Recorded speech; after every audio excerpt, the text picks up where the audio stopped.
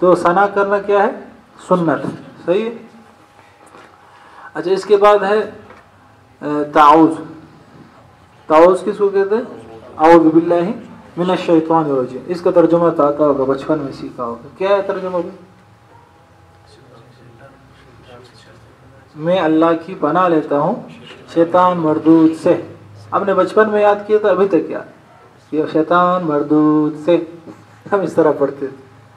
ہاں آج لوگوں نے تو پڑھا ہی نہیں. ہم کیا کریں، بچپن میں پڑھا تھا. 2-3 دن میں بھی مدرسے گیا ہوں الحمدللہ بچپن میں.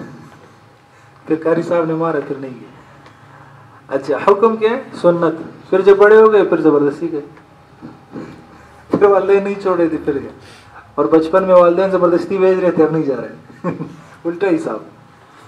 اچھا قرات سے پہلے تعوذ پڑھنا کیا ہے؟ سنت ہے. اور جب شیطان وسوسہ ڈالے تب بھی اعوذ باللہ من الشیطان الرجیم پڑھ لینا چاہیے.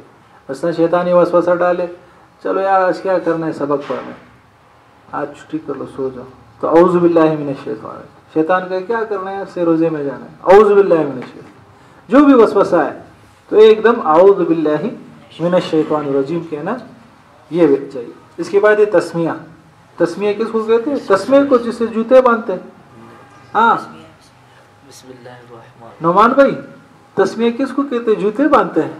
جس طرح آپ بیٹھے ہو یہ بالکل نیند کی شکل ہے. اس طرح نیند کے لیے آپ دعوت دے رہے کہ آ جاؤ بھائی، آ جاؤ آ جاؤ، مجھے پکڑ لو مجھے پکڑ لو. تو جب دعوت دیں گے تو کچھ لوگ آئیں گے نا دعوت پہ، تو یہ آپ دعوت دے رہے ہیں نیند کو، دعوت نہ دیں. بسم اللہ الرحمن الرحیم کو کیا کہتے ہیں؟ تسمیہ. اس کا ترجمہ تو آتا ہوگا. شروع کرتا ہوں اللہ کے نام سے جو شکر ہے الحمدللہ. حکم اس کا کیا ہے؟ سنت. یاد آ رہا ہے نا کیا سنت ہے کیا فرض ہے؟ آخر میں سب سے پوچھوں گا. اچھا بسم اللہ الرحمن الرحیم آہستہ پڑھنا چاہیے. یہ سورہ فاتحہ کا جز نہیں ہے. بات سمجھ میں آ گئی؟ آہستہ آواز میں پڑھنی چاہیے. اس کے بعد سورہ فاتحہ پڑھنا، الحمد شریف پڑھنا. یہ کیا ہے؟ واجب ہے. اگر نہ پڑھا تو اس کو کیا کرنا ہے؟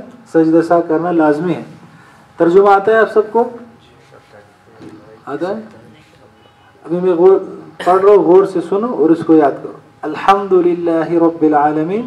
تمام تعریفیں، الحمد میرے پیچھے یہ ہوتا ہے الحمد کس کو کہتے ہیں؟ تعریف ہو جائے. الحمد تمام تعریفیں للہ کس کے لیے؟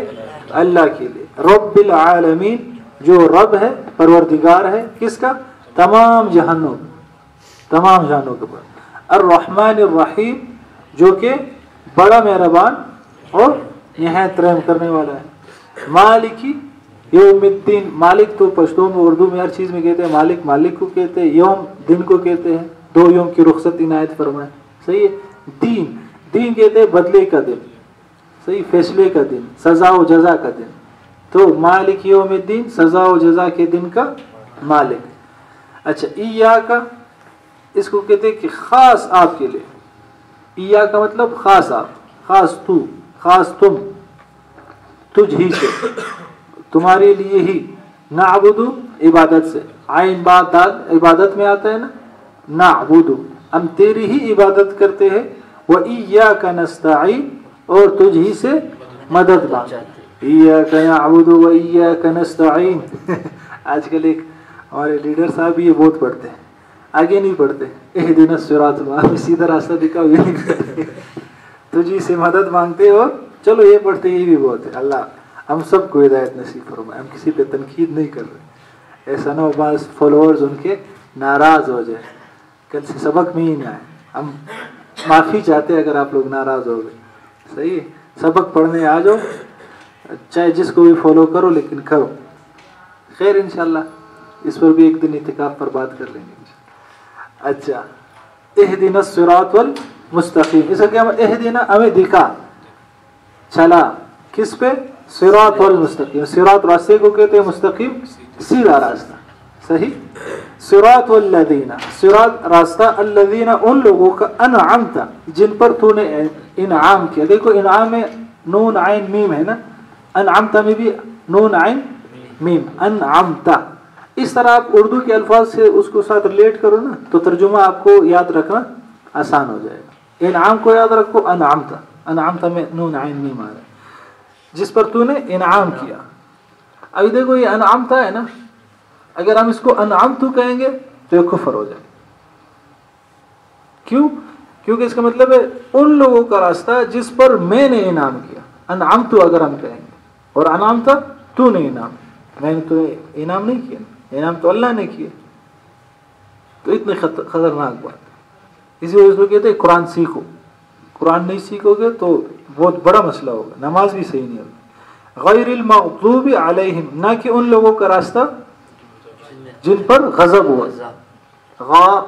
غین ضاد باب, غضب مغضوب, یاد رکھو, غضب مغضوب یاد ہوگا نا, جن پر غضب ہوا. ولا الضالین, اور جو کہ گمراہ ہو گئے. ضالین کس کو کہتے ہیں؟ گمراہ ہونا, جو گمراہ ہے. تو یہ پورا ترجمہ یاد ہونا چاہیے, اور جب ہم اس کو پڑھیں تو اس پر ہماری توجہ ہونی چاہیے, نظر ہونی چاہیے, تاکہ پھر دھیان ہمارا الحمد شریف کی طرف رہے اور نماز ہی میں رہے, ورنہ تو پھر